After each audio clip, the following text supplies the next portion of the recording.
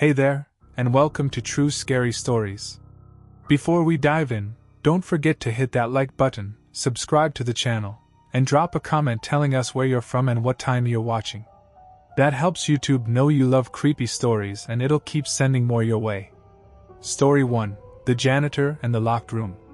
Frank wiped sweat from his forehead. The air in McKinley High hung thick and heavy. Summer heat refused to leave the old brick building even late at night. He pushed his battered cleaning cart down the main hallway. Its squeaky wheel echoed like a dying bird call in the vast silence. Dust motes swirled lazy patterns in the beam of his heavy flashlight. They were the only things moving. He was alone. Always alone on the graveyard shift. The school felt different after dark. Bigger, emptier. The familiar classrooms became shadowy caves. The trophy case reflections warped into strange shapes. Frank knew every inch of this place after 15 years. Knew the groans of the pipes, the flicker of the old lights, the smell of chalk dust and floor wax. Tonight felt different. The silence was too deep, too complete. It pressed against his ears like cotton wool. He stopped near the east wing. A cold draft snaked across his ankles. It made no sense. The heating system wheezed constantly this time of year. Frank shivered. He listened. Nothing. Just the thump of his own heart. He started pushing the cart again. The squeak seemed louder. Then he heard it. A dull thump. Solid. Heavy. Like a fist hitting thick wood. It came from down the hall. From near the old science labs. Frank stopped dead. The cart squeaked to a halt. He held his breath. Listened hard. Silence. Maybe a book fell. Maybe a loose pipe rattled. Old buildings made noises. He told himself this. He started pushing the cart again slowly. His hand gripped the flashlight tighter. Thump. Louder this time. More insistent. It wasn't a pipe. It wasn't a book. It sounded deliberate. Angry. Asterisk thump. Thump. Thump. Asterisk.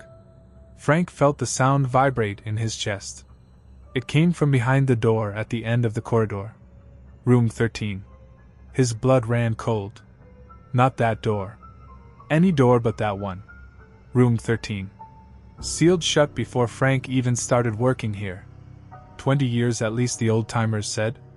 A bad accident, they whispered. Something terrible. Never spoken about openly. Orders came down. Brick it up, paint it over, forget it. But the head custodian, then old man Haggerty, just locked it. Triple deadbolts, he'd said.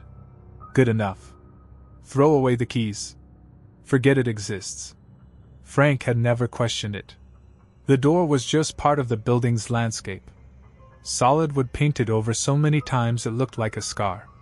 No handle, just a keyhole. He avoided this hallway when he could. The air always felt colder here. The shadows deeper. Asterisk thump. Thump.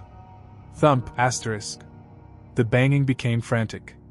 A prisoner hammering on a cell door. Something was in there. Something alive. Something that wanted out very badly. The sound echoed down the empty hall, making Frank's skin crawl. Impossible. The room was empty. Sealed. For decades. Rats, maybe? Big rats. But rats didn't bang like that. Rats didn't sound so purposeful. Curiosity warred with deep unease. His job was the school. All of it. Even the parts they wanted forgotten. What if it was a kid? Trapped somehow? A stupid dare gone wrong? But how? The door was locked solid. Had been for 20 years. Still, what if? He walked towards the door. His footsteps sounded too loud. The banging stopped abruptly. An expectant silence fell. Thicker, heavier than before. Frank stopped a few feet away. He shone his flashlight beam on the door. Dust coated the old paint. The keyhole was a dark eye staring back. Hello? Frank called out. His voice sounded thin, swallowed by the darkness. Anyone in there? Silence. He reached out slowly. Touched the wood. It was cold. Ice cold. Colder than the draft on his ankles. He pulled his hand back sharply. Thud! Something huge slammed against the door from the other side. The wood shuddered. Dust rained down. Frank jumped back, his heart hammering against his ribs. Fear, now pure and bright, flooded him. This was no kid. This was no rat. He should leave. Call security. But the school had no night security. Just him. Call the police? And say what? Heard a noise in a locked room? They'd think he was crazy. Or drunk. He needed this job. Badly. He looked at the door. It held. But for how long? Whatever was inside wanted out. What if it got out while he was gone? What if it hurt someone tomorrow? Kids' teachers. The thought chilled him deeper than the draft. He remembered the keys. The heavy old ring he inherited from Haggerty. Junk keys mostly. To closets long gone, padlocks lost. But Haggerty mentioned a master once. Said it opened everything, even the old doors. Frank had never used it. Never needed to. It was worth a look. He hurried back to his small office near the boiler room. The ring hung on a nail thick with dust. He grabbed it. The keys felt cold, heavy. He fumbled through them. Old brass, tarnished silver, big skeleton keys. One key stood out. Larger, heavier, black iron. It looked ancient. He'd never noticed it before. It felt wrong in his hand. Unnaturally cold. He walked back. The hallway felt longer, colder. The silence pressed in again. He reached room 13. The door looked quiet, solid. Waiting. Frank took a deep breath. His hands shook. He inserted the black iron key into the keyhole. It fit perfectly. The metal was freezing. He turned it. It resisted, stiff, rusty. He put his weight into it. Muscles strained. Click. The sound was loud, final. Like a tomb ceiling. Or opening. Frank pulled the key out. He stared at the door. What now? He should just walk away. Lock it back up. Pretend nothing happened. But the silence, it felt like something was listening. Waiting. He pushed the door. Just a little. Panic seized Frank. He fumbled for his flashlight. It was dead. The bulb cold dark. He smacked it uselessly against his palm. Nothing. Slam. The door to room 13 slammed shut behind him. The sound was enormous, final. He heard the heavy lock click back into place. Trapped. He was trapped in the hallway outside the room. In utter darkness. No! The word ripped from his throat, raw with fear. He lunged for the door, scrabbling at the wood. It felt solid, immovable. He felt for the keyhole, jammed his fingers against it. Empty. The key was still in his pocket. He fumbled for it, his fingers numb with cold and terror. He found it. The cold iron bit into his skin. He stabbed it towards the keyhole, missed, stabbed again. Got it. He twisted. Nothing. The lock wouldn't turn. It was frozen solid or jammed from within. He twisted harder, desperate. The key wouldn't budge. It was locked. He was locked out. Or locked in with whatever had rushed past him. He pressed his back against the cold wood of the door. His breath came in ragged gasps, puffing white vapor in the icy air. He strained his eyes uselessly against the blackness. He couldn't see his own hand in front of his face. Then he heard it. Breathing. Not his own. Slow, wet, ragged breathing. It sounded close. Too close. Right beside his left ear. The smell hit him next. Overpowering, the smell of the cold air. Old earth, wet decay. Like a freshly opened grave on a rainy day. Something rotten, long buried. Something was in the hallway with him. Something that had been behind that door. Something that should have stayed there. Terror froze Frank harder than the cold. He couldn't move. Couldn't scream. His mind screamed for him. Run, but where? The darkness was complete.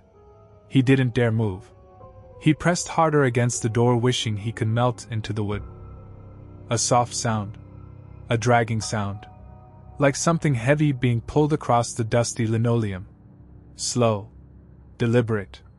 coming from his right. From down the hallway. Closer. The breathing sound shifted. Now it seemed to come from directly in front of him. The stench of decay grew stronger, making his eyes water. He squeezed them shut, useless in the dark. The dragging sound stopped. Silence again. Thick, suffocating silence. He could feel a presence. A cold emptiness radiating towards him. Closer. He felt the air move. A faint stirring against the skin of his neck. Like the lightest touch of winter wind. He flinched violently, banging his head against the door. Then he felt them. Fingers. Cold as ice, cold as death itself, brushed the side of his neck. A light, almost curious touch. The skin where they touched burned with unnatural cold. Frank's control shattered. A scream tore from his throat, a raw animal sound of pure terror. It echoed down the empty hallway, bouncing off lockers and classroom doors. But even as he screamed, he realized something was wrong. The sound, it felt muffled, choked. Like screaming underwater. It died almost instantly, swallowed by the oppressive darkness. Silence rushed back, and heavier than before. The icy fingers lingered on his neck. Then they moved. Slowly tracing a line down towards his collarbone. The touch wasn't painful. It was worse. It was intimate, violating. It was the touch of something utterly alien, utterly wrong. The dragging sound started again. Louder now. Right beside his feet. He could feel vibrations through the floor. Something large was moving very close. The breathing sound became a low, wet rattle right next to his face. The smell was overwhelming. Damp soil, moldering cloth, ancient rot. He tried to push away from the door, tried to run blindly into the darkness. His legs wouldn't obey. They felt like blocks of ice. His body was shutting down, consumed by terror and cold. The fingers on his neck tightened slightly. Not hurting him. Holding him. Possessing him. He felt another cold touch on his arm. Then another on his shoulder. More points of freezing contact. It wasn't just hands. It felt like tendrils of pure cold darkness wrapping around him. Pulling him. Not towards the door. Away from it. Into the deeper blackness of the hallway. He tried to resist. His muscles strained uselessly. He was so cold. So impossibly cold. The darkness wasn't just absence of light anymore. It felt alive. Thick. Pressing in on him from all sides. It seeped into his mouth, his nose, his eyes. He couldn't breathe. The cold tendrils tightened their grip, pulling him down onto the icy floor. The last thing Frank knew was the sensation of sinking. Sinking into the cold linoleum as if it were water. Sinking into the deep, suffocating embrace of the darkness. The wet breathing filled his ears. The smell of the grave filled his lungs. The cold consumed him entirely. Then there was nothing. Just the endless cold, dark silence of the East Wing hallway. And the faint lingering scent of old earth deep beneath the school. Room 13 stood quiet once more, its door a dark scar on the wall. The janitor and his cart were gone. Swallowed whole by the thing that should never have been let out. The school remained silent, holding its breath, waiting for the next curious soul to hear the call of the locked room. Story 2. The 3 a.m. visitor at the gas station. Leo rubbed his tired eyes. The fluorescent lights of the gas and go buzzed like angry insects. Outside, the world was a pool of blackness, broken only by the sickly yellow glow of the station signs. 3 a.m. The dead heart of the night shift. Empty road, empty pumps, empty stomach. He craved stale coffee and a distraction. He scanned the bank of security monitors mounted above the register. Grainy black and white images showed his lonely kingdom. Pump 1 deserted. Pump 2 deserted. Pump 3 deserted. Pump 4. Leo froze. A man stood there. Perfectly still. Facing the station building. Staring directly at the camera mounted above Pump 4. Leo blinked. He leaned closer to the screen. The man was tall, thin. Wearing dark clothes. A coat, maybe. His face was pale, indistinct in the poor light, but his eyes were dark pits fixed on the lens. Weird. Leo straightened up. He moved to the large bulletproof window facing the pumps. He scanned Pump 4. Nothing. Just the empty concrete island, the silent pump, the dark highway beyond. No sign of anyone. He frowned. He looked back at the monitor. The man was still there. Unmoving. Watching. A trick of the light. A shadow. Leo was tired. His eyes were playing tricks. He rubbed them again. Looked outside. Still empty. Looked back at the monitor. The screen flickered slightly. Pump 4 was empty now. Just a lonely pump under the buzzing light.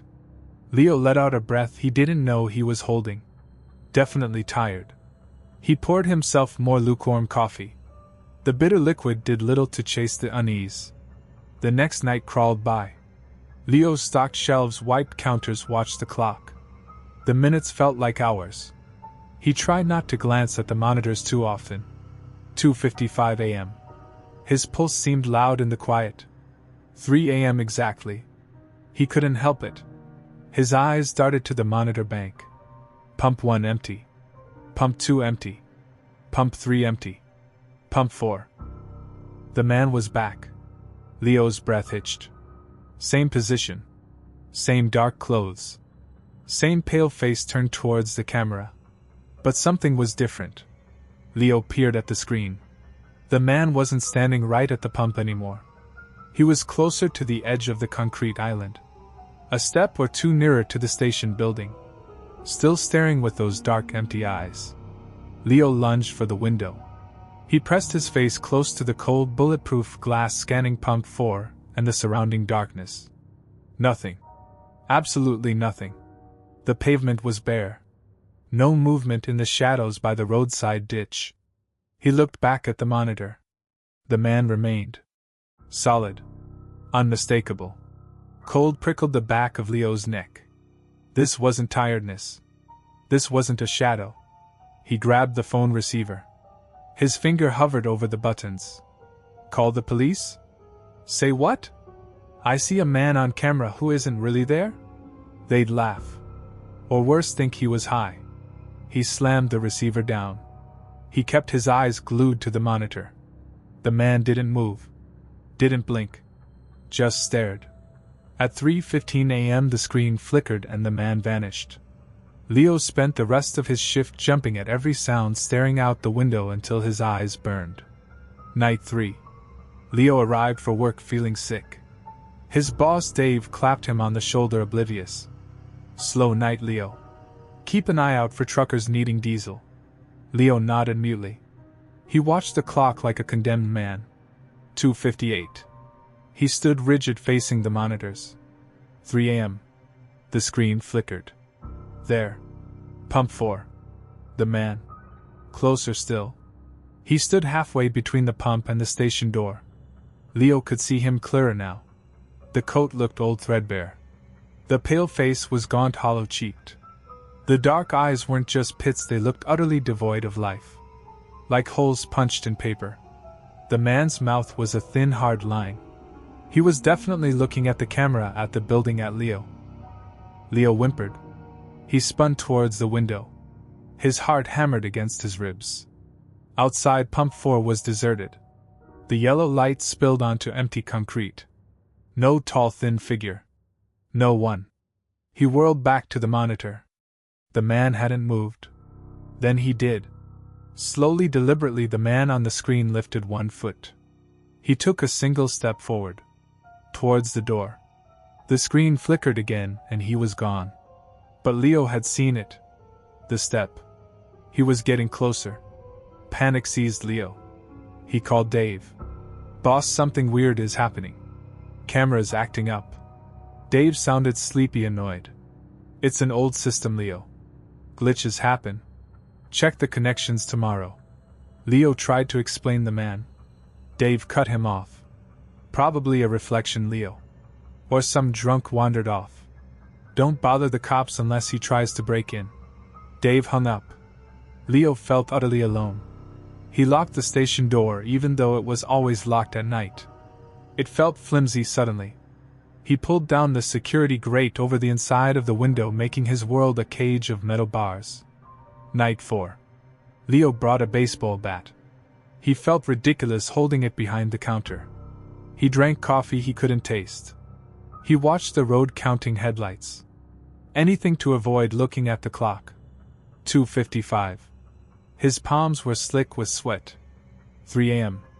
He forced himself to look at the monitors. Pump 1 empty. Pump 2 empty. Pump 3 empty. Pump 4. The man was right there. Leo cried out. The bat clattered to the floor. The man stood directly outside the glass door. Not near it, not approaching it.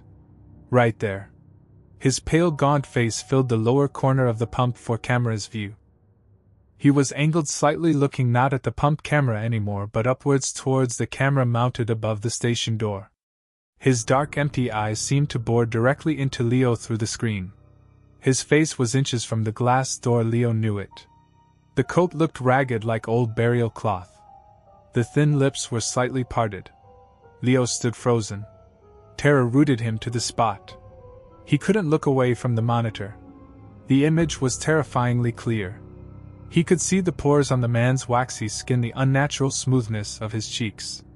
He could see the utter void in those eyes.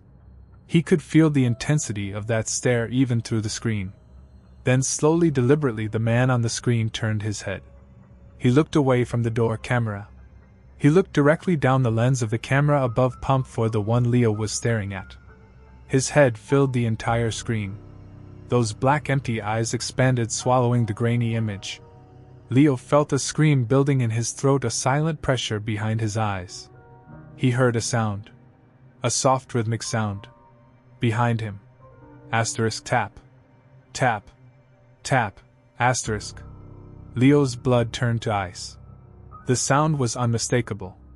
Fingertips lightly tapping on glass. On the glass of the station door. The door right behind him. He couldn't move. He couldn't breathe. He stared at the monitor, at the monstrous close-up of that pale, dead face, those bottomless eyes. The man on the screen didn't move. He just stared. Waiting. Asterisk tap. Tap. Tap. Asterisk. It came again. Insistent. Patient. Right behind Leo's back. So close. He could feel the cold radiating through the glass, through the metal grate. He could almost smell the dry, dusty scent of old earth. Slowly, shaking uncontrollably, Leo forced himself to turn around.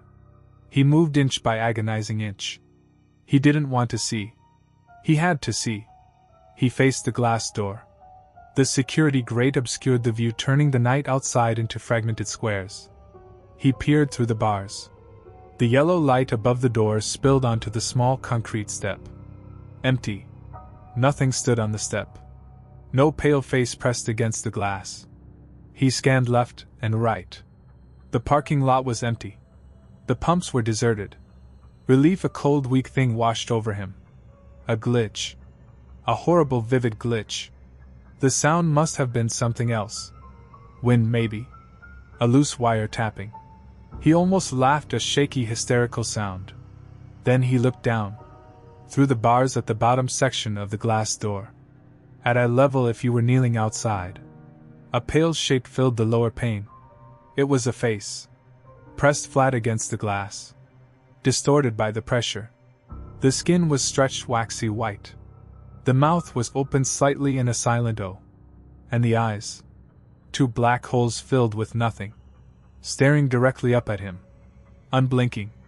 Leo stumbled back, crashing into the counter. The baseball bat rolled away forgotten. The face remained pressed against the glass. It didn't move. It just stared. Asterisk tap. Tap. Tap. Asterisk. The sound came again. Not loud. Gentle. Like a visitor politely requesting entry. It came from the glass right where the face was pressed. Leo saw the faintest vibration in the distorted skin with each tap. He couldn't look away. The thing outside didn't blink. Its dark eyes held him pinned. The tap, tap, tap continued its soft, dreadful rhythm. Leo's mind screamed. Run. Hide. But where? The station was small. The back door was a flimsy fire exit. He was trapped. The thing knew it. It just kept tapping. Patient. Relentless. Getting closer every night. Now it was here. Leo fumbled for the phone again. His fingers slipped on the buttons. He dropped it. The plastic clattered loudly on the floor. The tapping stopped. The face at the glass didn't change expression. The black eyes didn't waver. But Leo felt a shift. A new tension in the air. Like the thing outside was annoyed. Waiting for him to pick up the phone. He bent down slowly, never taking his eyes off the door. He grabbed the receiver. His hand shook so badly he could barely dial 911. He pressed the phone to his ear. Silence. Dead air. No dial tone. He checked the cord. Plugged in. He jabbed the hook switch. Nothing. The phone was dead. The lights above him flickered once but stayed on. The buzzing seemed louder. He looked back at the door. The face was still there. Still pressed. Still staring. Then slowly, deliberately, the thing outside opened its mouth wider. Wider than should be possible. A dark cavern opened in the waxy flesh. Leo saw no teeth, no tongue, just darkness. Deep, endless darkness inside that mouth. A sound came out. Not a voice. Not a scream. A dry, rasping whisper that seemed to bypass his ears and vibrate directly inside his skull. "Let me in, Leo." Leo whimpered. He pressed himself against the back counter as far from the door as he could get. The whisper came again, louder, more insistent. "Let me in." The face pressed harder against the glass. Leo heard a faint creaking sound. The heavy glass door seemed to bow inward slightly under the pressure. The distorted features stretched further. The black eyes bored into him. Asterisk tap. Tap. Tap. Asterisk. The knocking wasn't polite anymore. It was sharp, demanding. The glass vibrated violently. A tiny white line, a hairline crack, appeared in the lower pane right next to the thing's temple. Leo knew it wouldn't hold. The thing was coming in. Tonight. Right now. It had finished playing its game of approach. It was here. And the locked door, the bulletproof glass, the security grate, they suddenly felt as thin as tissue paper. He was alone in the buzzing fluorescent light with the thing that tapped at 3 a.m. The thing that should never have been seen, let alone invited closer. He had looked. He had watched it come. Now it was time to pay for his curiosity. The whispering filled his head, drowning out the buzz of the lights, the frantic hammering of his own heart. "Let me in, Leo." The crack in the glass lengthened with a sharp snap. Leo closed his eyes. He knew he wouldn't open them again. Not in this world. The tapping stopped. A new sound began. A slow scraping. Like long fingernails dragging down the outside of the glass. Coming closer to the crack. Closer to the door handle. Closer to Leo. The whispering became a hiss, filling the small station, promising cold and dark and an end to loneliness far worse than any night shift. Leo slid down the counter onto the cold linoleum floor, waiting for the glass to break. Story 3, Elevator to Nowhere. Ben Riley hated the night shift at Mercy General Hospital. 15 years on the city police force ended with a bullet in the knee. Now he pushed 40 guarding empty corridors. Security guard. It sounded better than night watchman. It felt worse. The quiet here was different. Heavy. Full of sighs and distant beeps, and the ghosts of bad news. His flashlight beam cut a path down the 6th floor corridor. Empty gurneys lined the walls like skeletal sentries. The air smelled of antiseptic and stale coffee.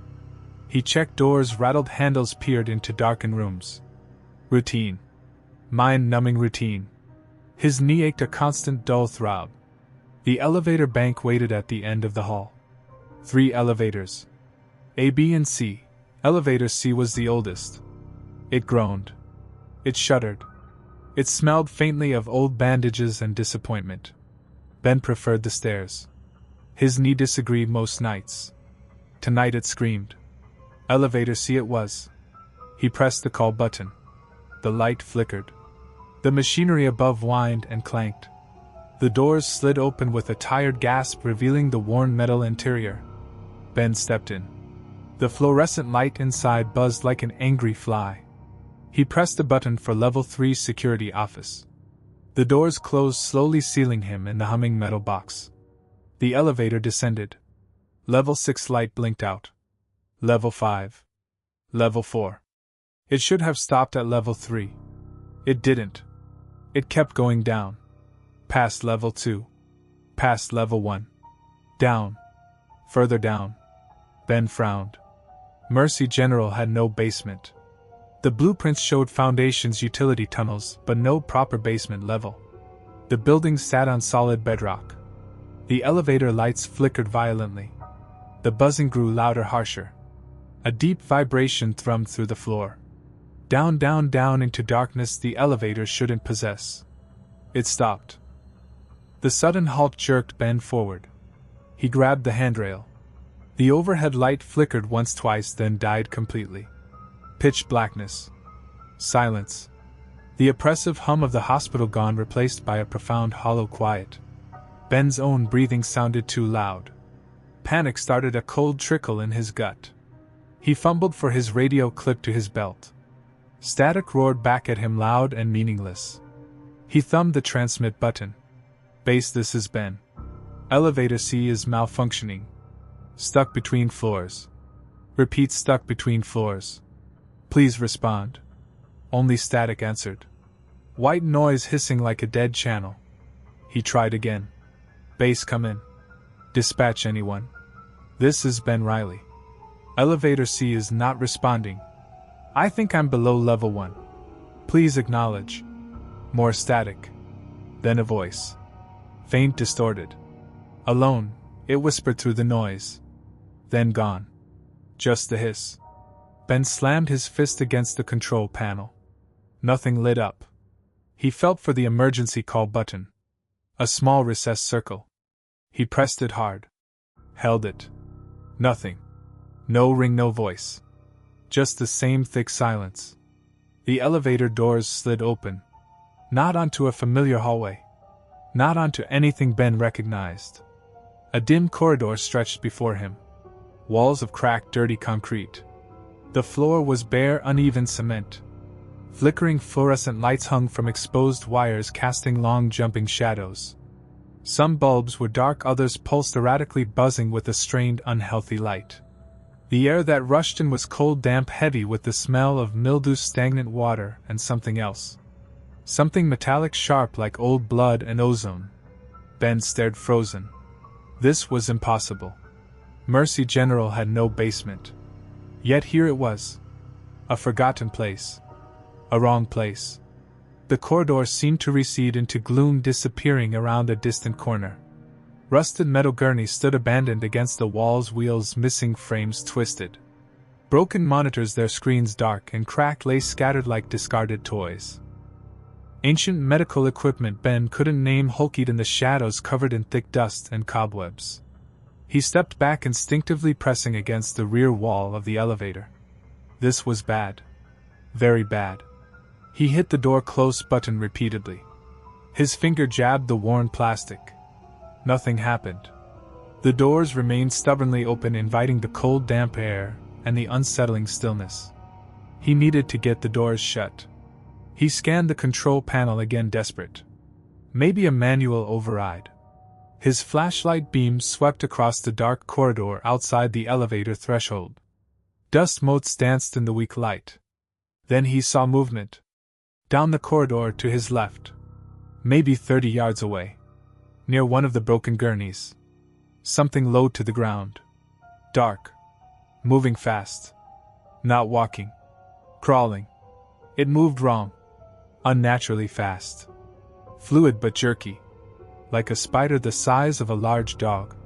It scuttled across the floor, silent on the cement. Then it hit the wall. It didn't slow down. It flowed up the concrete surface as easily as it moved across the floor. Long, thin limbs scrabbled, finding purchase on the rough texture. It moved upside down across the ceiling now. Still coming towards the elevator. Ben's breath caught in his throat. Fear like ice water flooded his veins.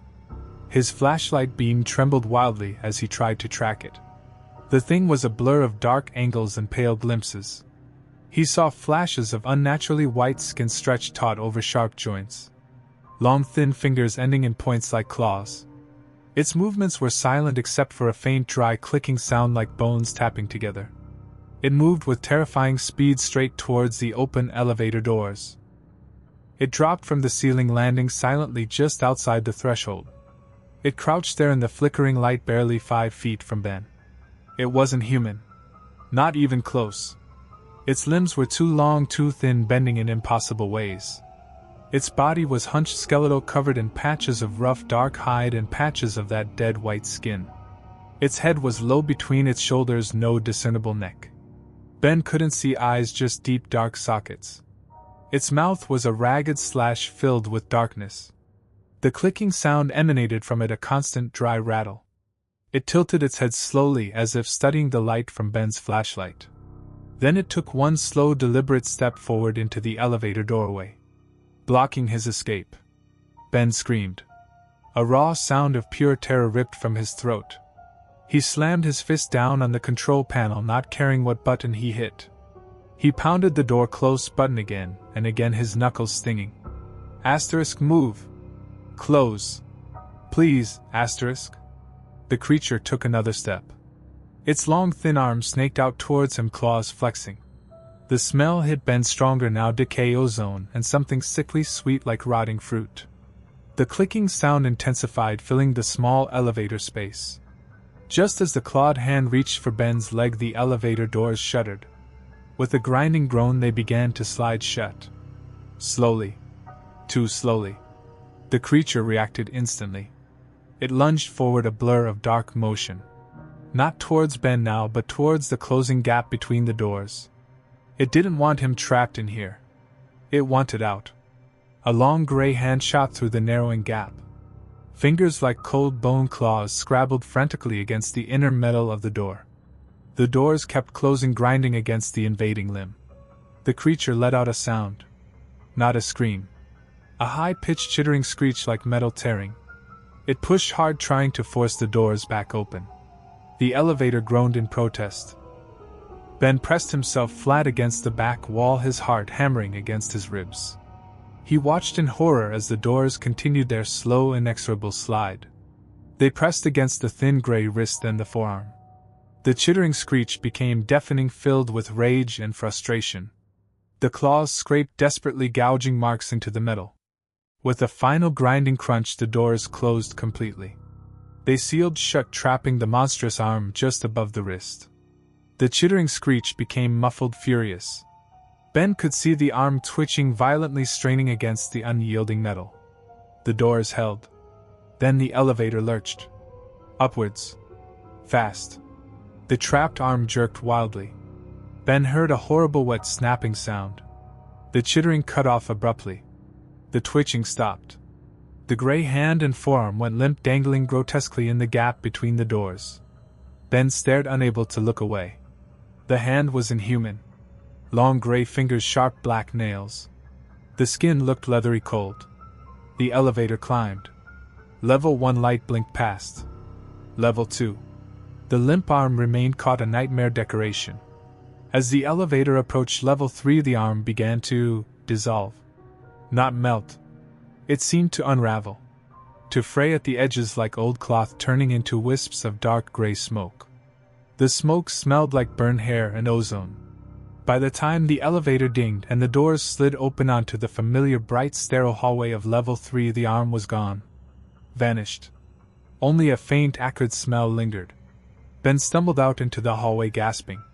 He leaned against the cool wall opposite the elevator doors, sweat pouring down his face, his uniform plastered to his back. His radio crackled to life. Asterisk, Ben, you copy? Thought we lost you there. Elevator acting up again? Over. Asterisk. He couldn't speak. He stared at the closed doors of elevator C. They looked perfectly normal. Just old metal. Asterisk, Ben? You okay? Over. Asterisk. He fumbled for the radio, pressed the button. His voice came out a croak. Yeah. Copy. Malfunction. Stuck for a minute. I'm fine. Out now. Over. Asterisk Roger that. Finish your rounds. Over and out. Asterisk. Ben pushed himself away from the wall. He needed to get to the security office. Report. What? A nightmare? A hallucination? His hand shook violently as he reached for the door handle of the stairwell. No more elevators. Ever. As he turned away, something caught his eye. Lying on the polished linoleum floor just outside elevator C, where the doors had opened, where the gray arm had been. He bent down slowly, every muscle protesting.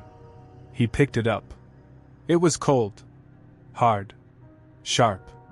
A single long fingernail. Curved like a talon. Dark gray, almost black at the tip. It wasn't plastic. It wasn't metal. It felt organic. Real. He dropped it into his shirt pocket like a piece of poisonous evidence. His fingers brushed something else. The emergency call button from the elevator panel. He must have ripped it clean off in his panic. He shoved it deep into his pocket next to the claw. He walked down the hallway towards the security office. The bright lights felt harsh, revealing. He kept glancing back at elevator C. It sat silent, innocuous. But Ben knew. He knew what lay beneath Mercy General. He knew what had crawled on the walls. He knew the doors hadn't closed fast enough. They had closed on something. And something had been left behind. The fingernail burned cold in his pocket. The ripped-out button felt heavy. Below him, deep in the impossible basement, something waited. Something that knew the elevator had come back. Something that had tasted the world above. Ben Riley walked faster, his bad knee screaming, ignoring the pain. He needed the solid ground of the security office. He needed to be away from the elevator shaft.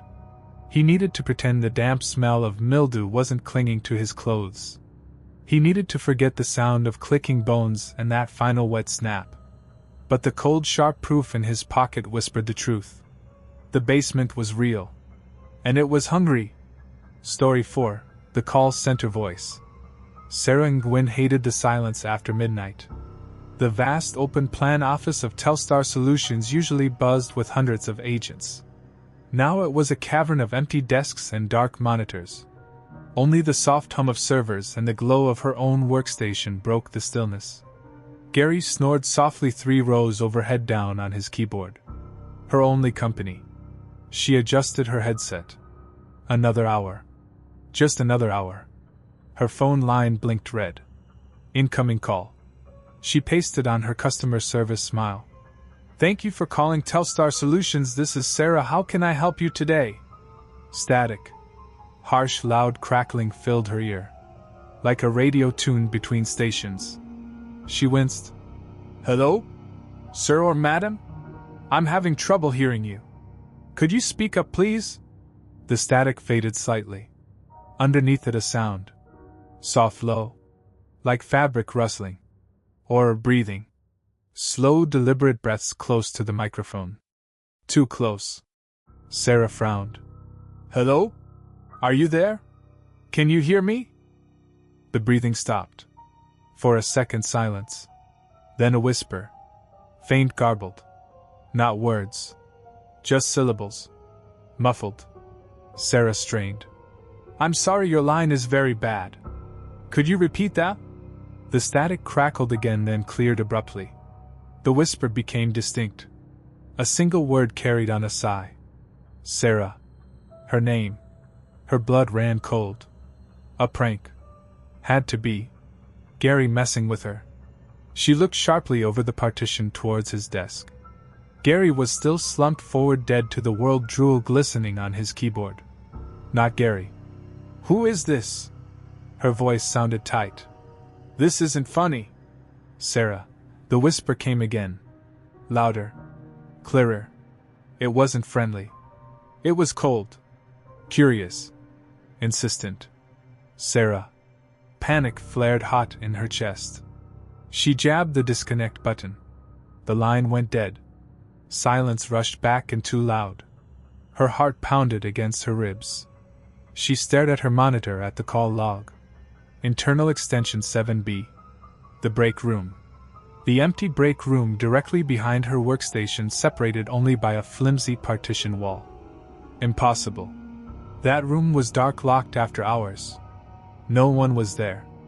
It had to be a system glitch. A crossed wire. Her hands shook as she pulled up the detailed call log. Source: internal network. Device ID: break room wall phone. Duration: 12 seconds. It was coming from extension 7B. From the phone mounted on the wall in the dark, empty room behind her. Her own phone rang again. Sharp, insistent. The display flashed red. Caller ID: extension 7B. Sarah froze. She couldn't answer it. She wouldn't. It rang and rang. The sound echoed in the vast empty space, drilling into her skull. 10 rings. 15. It stopped. Silence crashed down heavier than before. She let out a shaky breath. Then she heard it. Not through the headset. Not through the phone. In the air. In the room. A whisper. Sarah. It came from behind her. From the break room partition. Soft but unmistakable. Her name. Drawn out. Sarah. Fear turned her limbs to lead. She couldn't move. Couldn't turn around. The whisper came again. Closer. Right against the other side of the partition. Asterisk Sarah. Why won't you talk? Asterisk. That was new. Words. A sentence. The voice was still a whisper, but clearer now. Androgynous. Flat. Devoid of emotion. It sent shivers down her spine. Slowly forcing herself to breathe, Sarah swiveled her chair inch by agonizing inch. She peered over the top of the partition into the break room. Darkness. The room was pitch black. The small window on the far wall showed only the black night sky outside. The shapes of tables, chairs, the coffee machine were just deeper shadows. Empty. Utterly still. No one stood by the partition. No one was there. Relief warred with terror. She was hearing things. Stress. Fatigue. Too much caffeine. She started to turn back to her desk. A soft metallic rattle. The sound froze her mid-turn. It came from the break room door. The handle. It was a cheap metal lever. It jiggled softly. Up. Down. Up. Down. Like someone was testing it from the inside. Trying to see if it was locked. Sarah stared at the door handle. It stopped moving. Silence. Then it rattled again, more forcefully.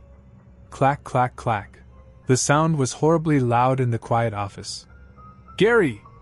Sarah hissed his name, desperate. Gary, wake up! No response. Just a soft snore. She needed help. She grabbed her desk phone to call building security. She lifted the receiver. Dead silence. No dial tone. She jabbed the hook switch. Nothing. She checked the cord. Plugged in. The phone was dead. Her personal cell phone lay on the desk beside her keyboard. She snatched it up. No signal. 0 bars. The screen showed the time, 12:47 a.m. No network connection. Sarah. The whisper came again. Not behind the partition now. It seemed to come from everywhere. From the ceiling tiles. From the air vents. From the shadows under the desks. Let me in, Sarah. Let me in? In where?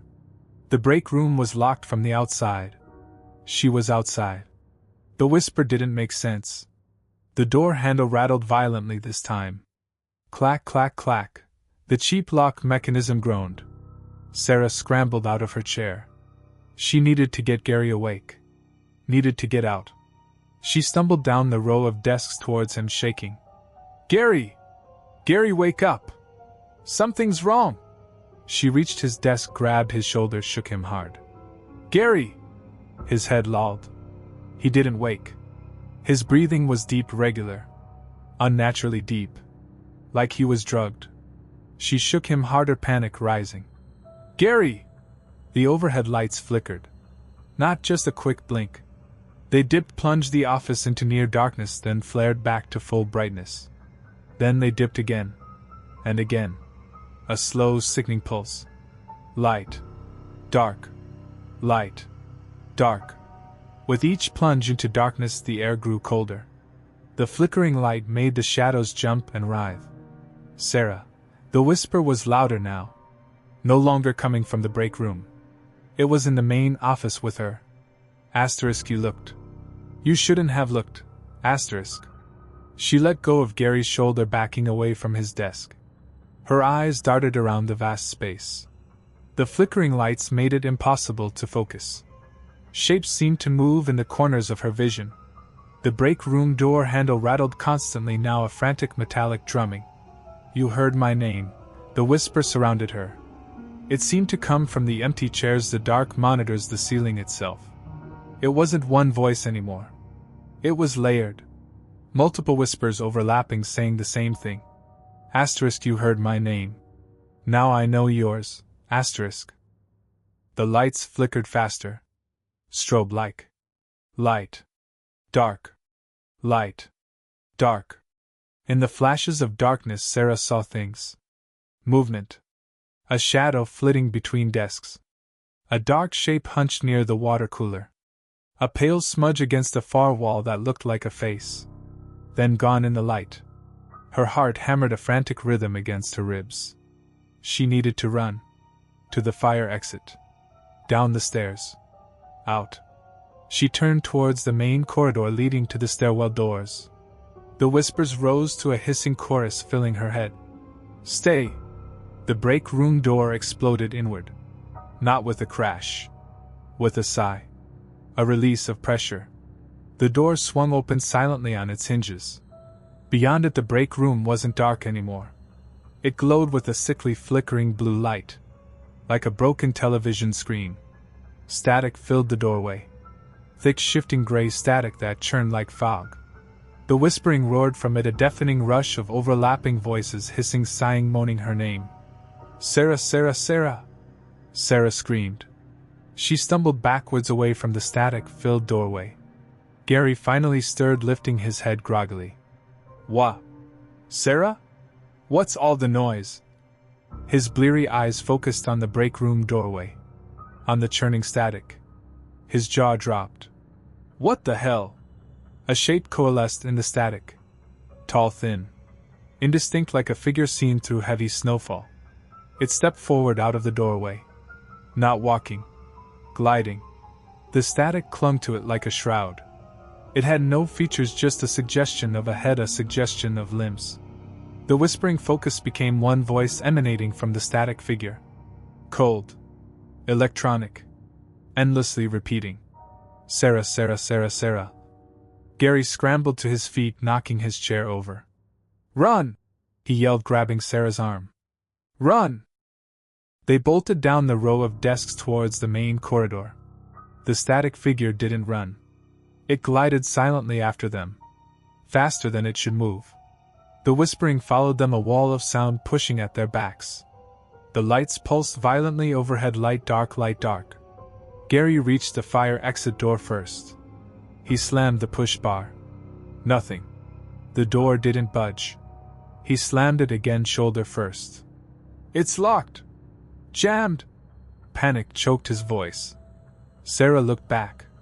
The static figure was gliding past Gary's desk. It left a trail of flickering gray mist on the carpet. The temperature plummeted. Their breath fogged in the air. The whispering was inside her head now. Sarah, Sarah, Sarah. Stairs! Sarah pointed to the emergency stairwell door at the end of the corridor. They sprinted towards it. Sarah hit the bar. It gave. The door swung open onto concrete stairs leading down. Cold air rushed up. But it was just night air. Normal air. Salvation. Gary pushed her through first. Go, go, go! Sarah stumbled onto the landing, turning back. Gary was right behind her. Then he wasn't. He screamed. A raw sound of pure terror. He was half in, half out of the doorway. Tendrils of static gray fog had wrapped around his legs like icy snakes. They were pulling him back into the corridor. Back towards the thing. No! Gary! Sarah lunged, grabbing his arm. His eyes were wide with terror, fixed on something behind him in the office. "Let him go!" she screamed uselessly at the static fog. The whispering voice cut through Gary's screams sharp as a knife. "Sarah." The fog surged. It yanked Gary backwards with impossible strength. Sarah lost her grip. Gary flew back through the doorway into the corridor. The heavy fire doors slammed shut behind him with a final echoing boom. Sarah stood alone on the cold stairwell landing. Silence. Utter silence from the other side. No scream. No whisper. Nothing. Sarah stared at the closed metal door. Her breath came in ragged sobs. She backed down the stairs step by step, never taking her eyes off the door. It remained closed. Silent. She turned and ran. Down the stairs, flight after flight, her footsteps echoing like gunshots in the concrete shaft. She burst out into the deserted parking lot, gulping the cool night air.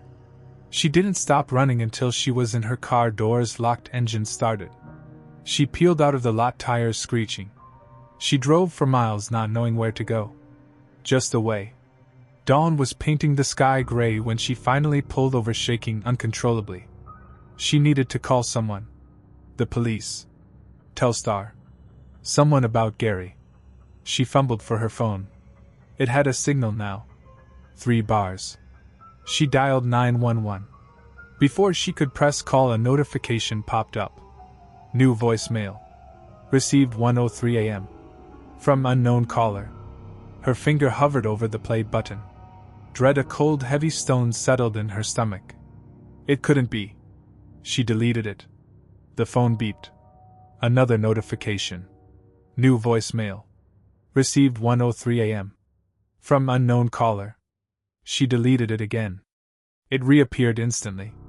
The phone beeped again. And again. New voicemail. New voicemail. New voicemail. The list filled her screen. All from unknown caller. All received at 1:03 a.m. Her hand shook violently. She hit play on the top message. Static crackled from the speaker. Then a whisper. Clear, cold, electronic. Sarah. She threw the phone onto the passenger seat. It kept playing. Whisper after whisper. Asterisk Sarah. Sarah. Sarah. Asterisk. She covered her ears, but the sound wasn't just in the phone. It was in her head. A soft, insistent whisper threading through her thoughts. Asterisk Sarah. I know your name. I followed you out, Sarah. Asterisk. She looked in the rearview mirror. The back seat was empty. The parking lot around her was empty. But the cold static feeling, the smell of ozone, it was still there. Clinging to her clothes. Seeping into her skin. The whispering was a constant undercurrent now. Sarah, Sarah, Sarah. She started the car again. She had to get home. Lock the doors. Hide. But as she drove, the whispering followed. It wasn't just in her head anymore. It came from the car radio turned off. A faint hiss forming her name. It came from the hum of the engine. Sarah. It came from the rush of wind outside the window. Sarah. She knew it wouldn't stop. It knew her name. It had followed her out. Gary was gone. Swallowed by the static. And she was next. The call center was empty now. But the voice had found a new line. A direct line. To her. The whispering grew louder, filling the car, promising it was only the beginning. Sarah, Sarah, Sarah. The road stretched ahead empty. The voice stretched behind her forever. There was no escape from the call that came from the empty room. The call that knew her name. Story 5, Warehouse Shadows. The warehouse was huge and quiet. It stretched out for hundreds of feet in every direction. Tall shelves full of boxes reached toward the ceiling. Cold concrete floors echoed with each step. The lights were bright during the day, but at night only a few rows stayed lit. The rest of the place fell into deep shadow. Brian worked the night shift alone. He had been there for 6 months. He liked the silence. He liked the space. He listened to music while he worked and took his time stacking boxes and scanning inventory. It was boring work, but it paid well and he rarely saw anyone. The warehouse had security cameras on every corner. There was a small office near the front door where the monitors stayed on all night. Brian checked them once an hour. Just routine. One night near the end of November the air felt colder than usual. Brian showed up at 10 as always. The day's staff had already left. The manager left a note saying a new shipment was arriving in the morning. Nothing unusual. Brian started his shift with coffee and music. He walked through the aisles scanning labels and moving packages. Around midnight he paused. He thought he heard something. A soft sound. Footsteps. He took out his earbuds and looked around. Silence. He walked to the far end of aisle 7. He stood there and listened. The sound did not return. He shook his head and went back to work. An hour later he returned to the front office for a break. He sat down and looked at the camera screens. One of the monitors showed a figure standing between shelves in aisle 9. Brian stared at the screen. The person was still. No movement. No face. Just a dark figure. He quickly stood up and grabbed his flashlight. He walked down the aisle slowly. His boots echoed. His breath came faster. He turned the corner. Nobody was there. He searched up and down. Nothing. He went back to the office and rewound the footage. The figure was gone. Not walking away, just gone like it vanished. Brian tried to calm himself. Maybe it was a glitch. Maybe a shadow or something hanging from a shelf. He got back to work. But the feeling stayed. The feeling that he was not alone.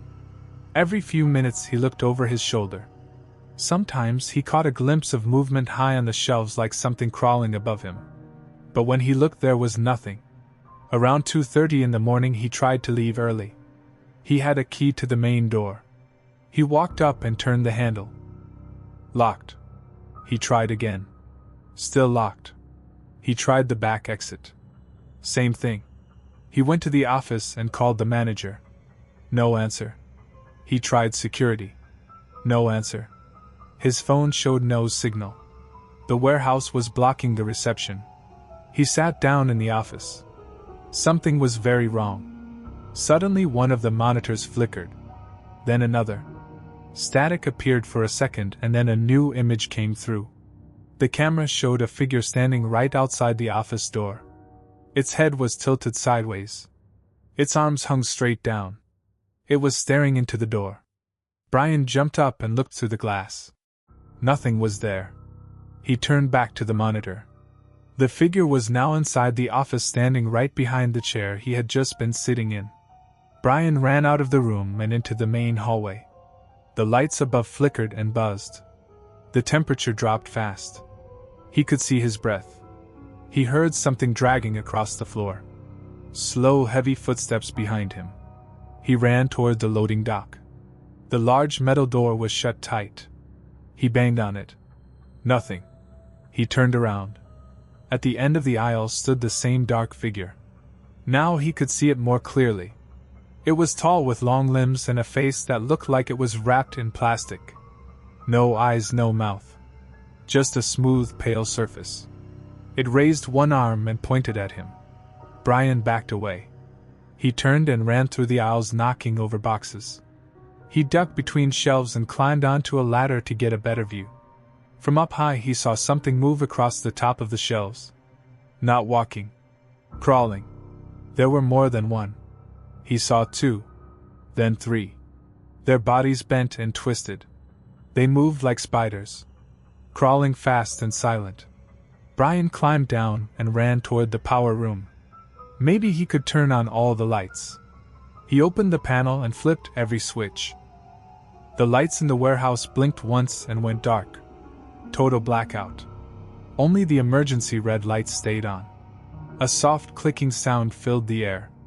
Like fingernails tapping on metal. It came from every direction. Brian covered his ears and ducked behind a stack of boxes. Then he saw something move in the red light. Just a shadow. But it stopped right in front of him. The shape leaned close. He could hear it breathing. Slow and wet. Then it whispered something. A word he could not understand. Then it vanished. Brian stood up and ran again. His legs were shaking. He fell once, got up, and kept running. He passed by the break room. The door was open. Inside, everything was upside down. Tables broken, chairs smashed. A message was scratched into the wall. "You should not be here." Brian backed away and slipped on something wet.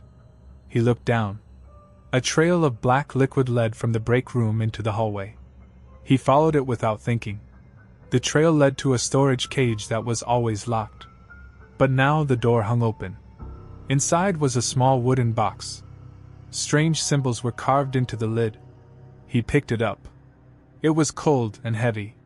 He opened it. Inside was an old piece of paper and a single black feather. The paper said one thing: "They wait in the dark." The feather began to move by itself. It floated upward, then vanished into thin air. Suddenly the lights came back on. Everything was still. Brian stood alone in the cage, holding the empty box. The temperature returned to normal. The doors were unlocked. His phone had signal again. He walked outside into the cold morning air. He never looked back. The next day he quit the job. He never told anyone what happened. But the warehouse remained. New workers came and went. Some stayed for a few weeks. Others left after one night. Strange things kept happening.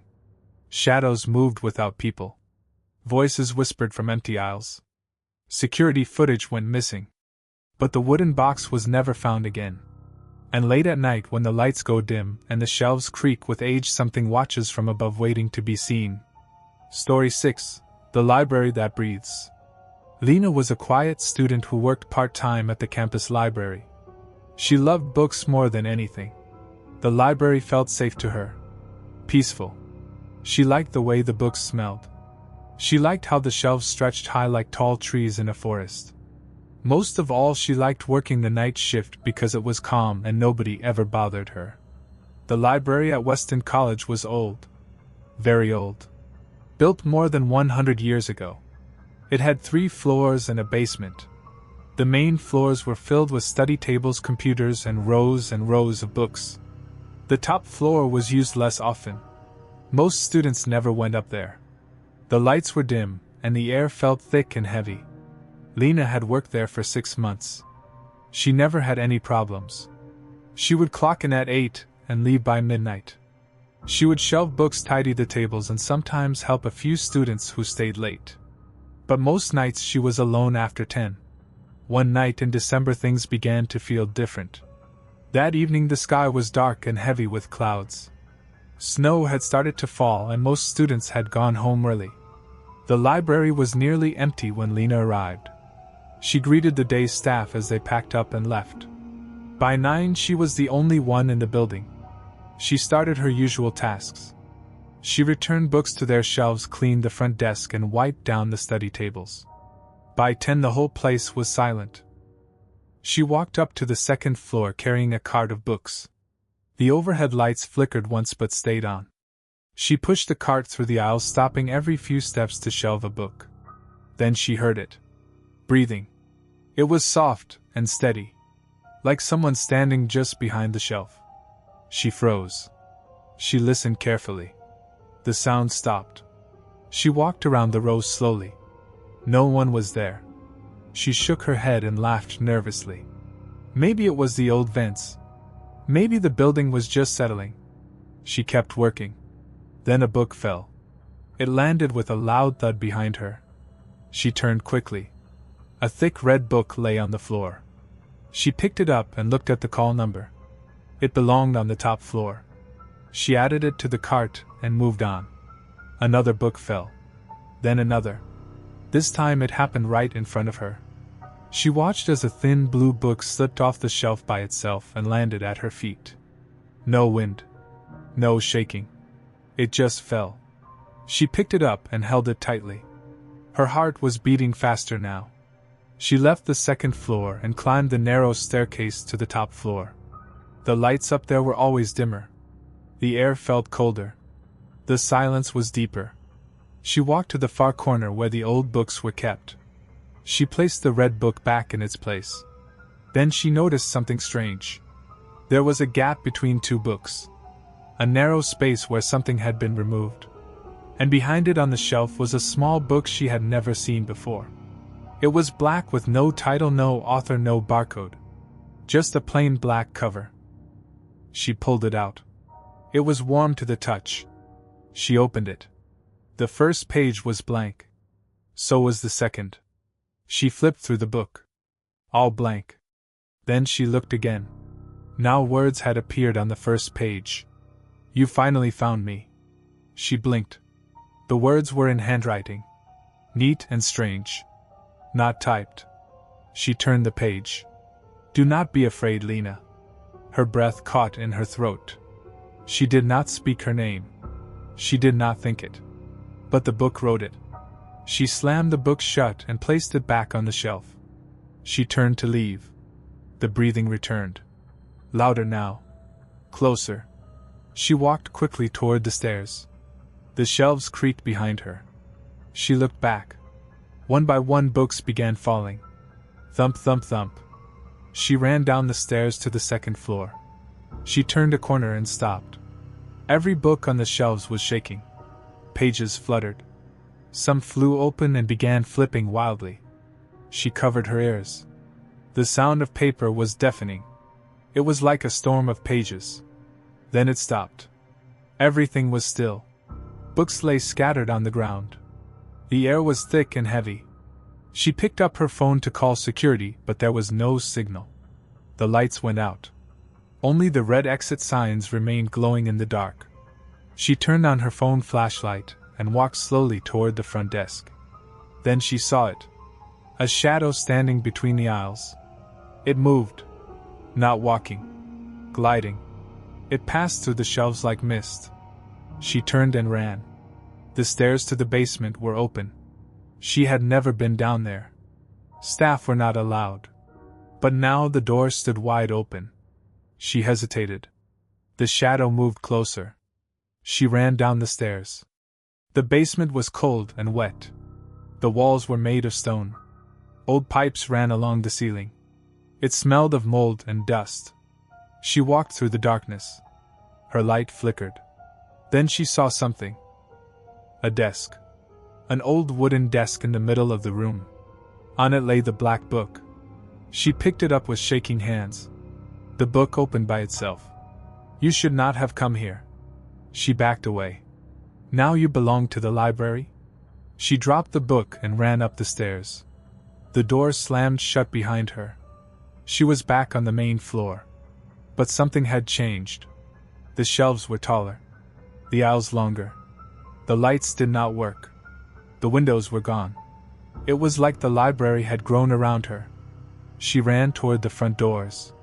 They were no longer there. Just more shelves. More books. Endless rows. She screamed for help. Her voice echoed, but no one came. Then she saw the book again. It sat on a table in front of her. She opened it. Her name was written on the first page again.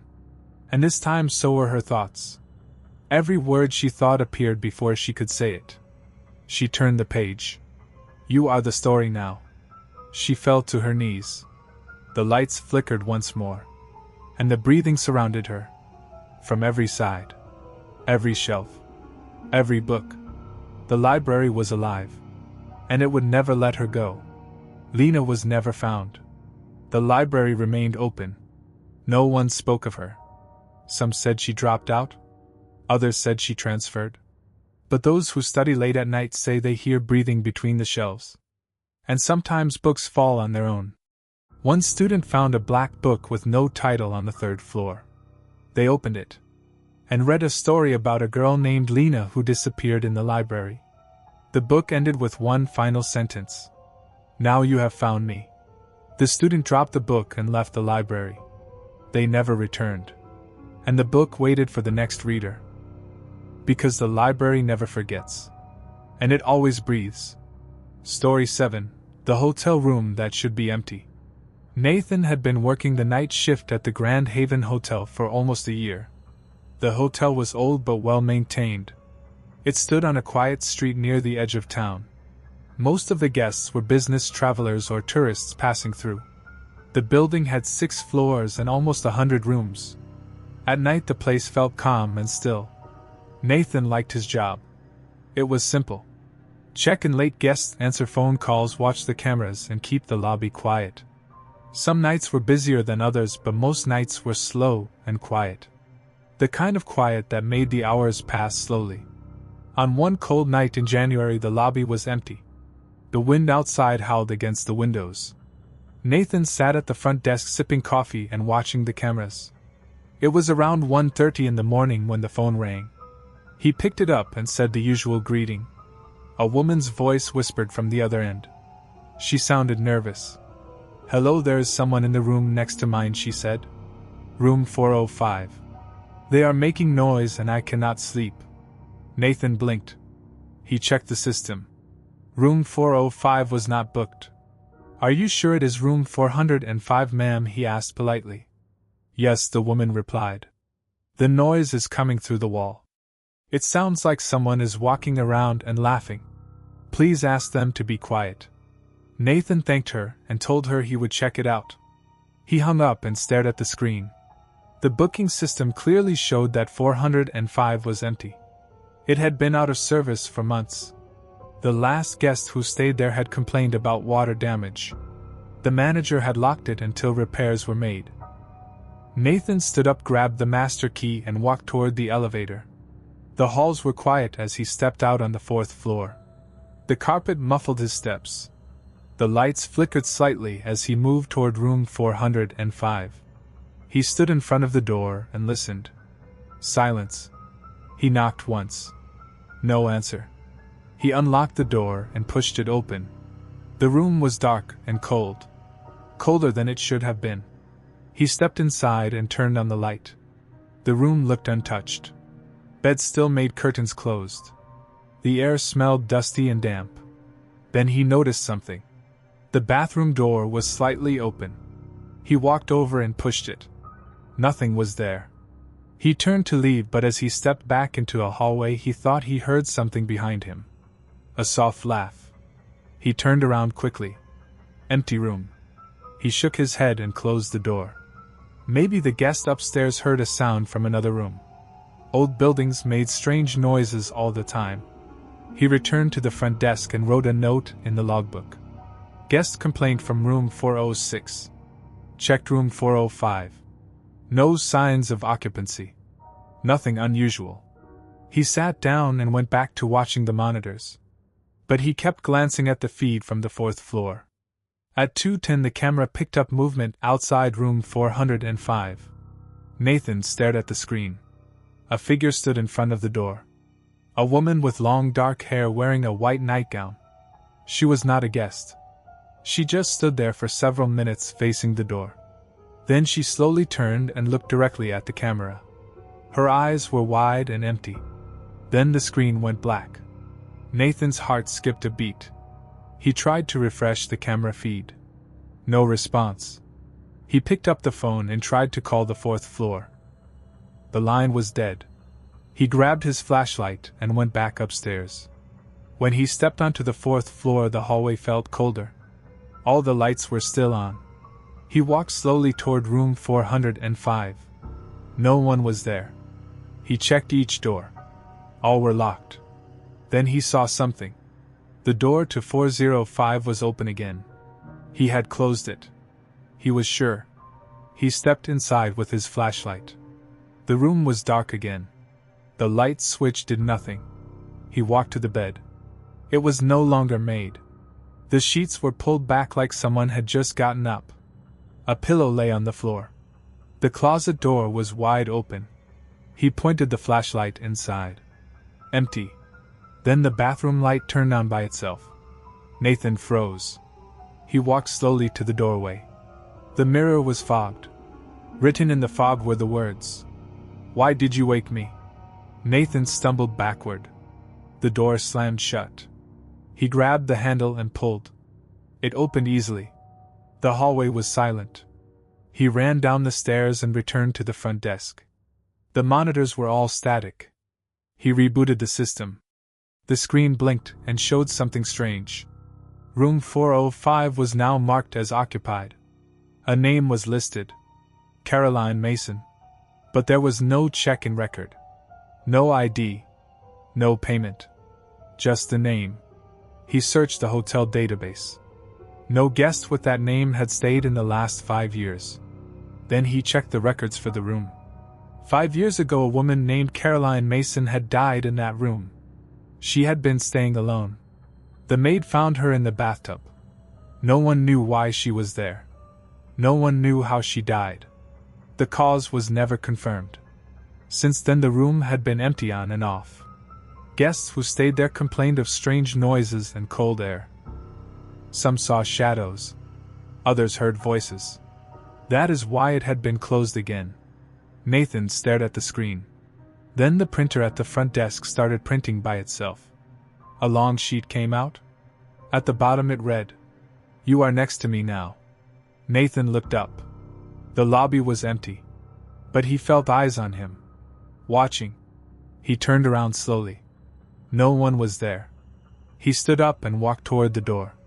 He pulled the handle. It did not open. He pulled again. Still locked. He ran to the back exit. Same thing. He picked up the phone. No signal. The lights in the lobby flickered and went out. A soft laugh came from behind the front desk. He turned. The chair was spinning slowly. And on the monitor screen, room 405 was wide open. Inside stood a woman in white. Her back turned. Then she began to turn around. But the screen cut to black. Nathan stepped back. He grabbed his coat and ran to the kitchen. Maybe the service door was still open. He pushed through the hallway. At the end stood the same woman. Now facing him. Her eyes were black holes. Her mouth stretched too wide. She whispered something he could not hear. Then she vanished. He stood alone in the hallway, shaking. The door behind him creaked. He turned. Room 405. Open again. He walked toward it slowly, as if pulled by something. He stepped inside. The room was warm now. Soft music played from somewhere. He sat on the edge of the bed. His hands trembled. Then the lights turned off. Silence. The next morning, the day staff arrived to find the front desk empty. Nathan was gone. His coat and phone were still there. The security footage was missing. Only one thing remained. A handwritten note on the counter. It read, "I checked the room. It was never empty." Nathan was never seen again. Room 405 is now sealed. But guests still complain of strange sounds from that floor. Soft breathing. Laughter. Footsteps. And a whisper from behind the door that says, "Come in. You left the light on."